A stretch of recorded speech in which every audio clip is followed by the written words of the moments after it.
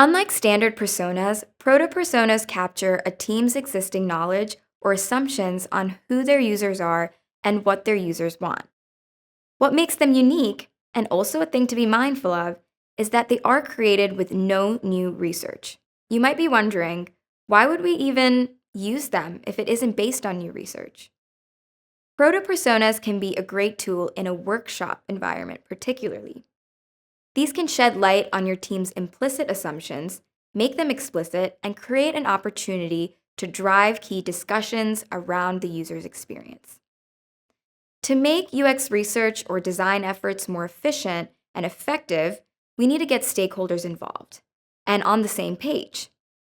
This is a way to involve those stakeholders. How does this work? There are 4 key steps.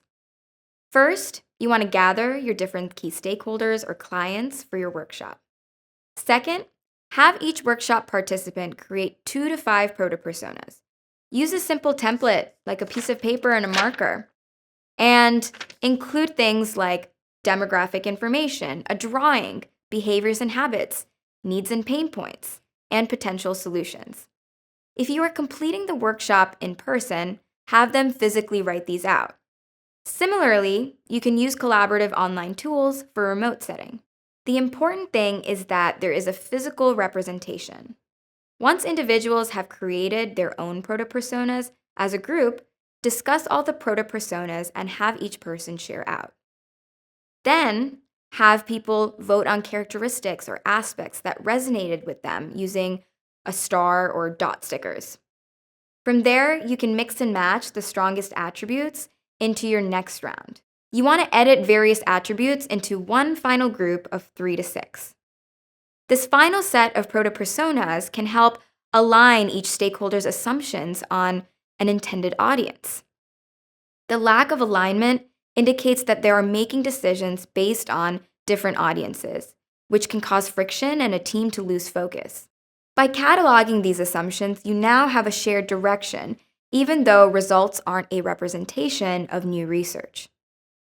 These can also generate ideas for future research. Perhaps the team considers these proto personas as a hypothesis.